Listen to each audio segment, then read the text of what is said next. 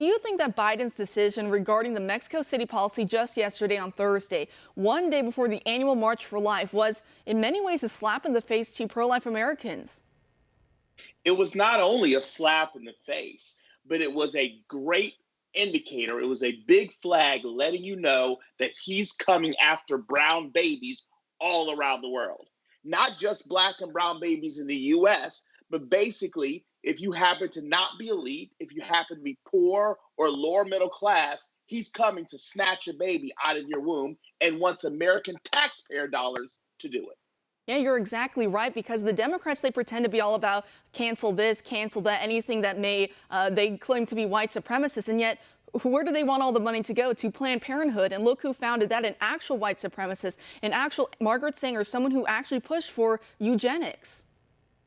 What you'll find time and time again, whether it's Hunter Biden, whether it's Joe Biden, Margaret Sanger, whatever, Woodrow Wilson, Roosevelt, whatever historical left figure, and I know you love history, whatever historical left figure you go to, you find real quickly that the left is racist, that they've been racist from the beginning and they're even racist now. How repugnant is it that you believe just because you're born with a little less wealth and you have to work a little bit harder, you don't deserve to take a breath?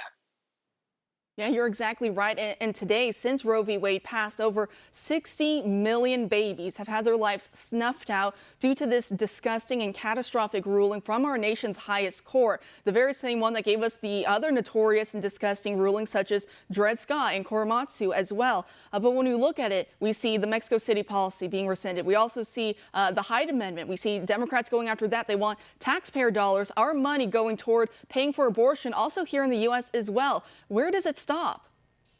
It won't stop. In fact, if you remember, right when AOC began her meteoric rise to the top, one of the things that she was arguing is that any woman anywhere should have a government paid for abortion, that it's a right for you to be able to kill the child in the womb. That was her argument. So this is just a setup. If you think this Mexico City policy is something now, hold on to it, because it's a setup for them to be able to pass a bill which would fund abortions completely from the federal dollar. And of course, this is shocking for many Catholics across the country as well, because Biden likes to, every moment he can, he tries to remind people, I'm a Catholic, and yet, of course, he doesn't, in public at least, he does not live by it, of course, as we're seeing with his abortion policies. I know that's something that your PAC does with outreaches specifically to Black Americans, many Christians who are pro-life, and yet still find themselves voting for Democrats. Talk to me a little bit more about your outreach efforts. What we're doing with outreach is we're trying to engage. What I've been telling the Republican Party is that you can't do it with slick advertisements. You can't do it with direct mail and email and phone banking. What you have to do is get there in the community. You have to be there on the ground and talk about the issues. Talk to fellow Black Americans.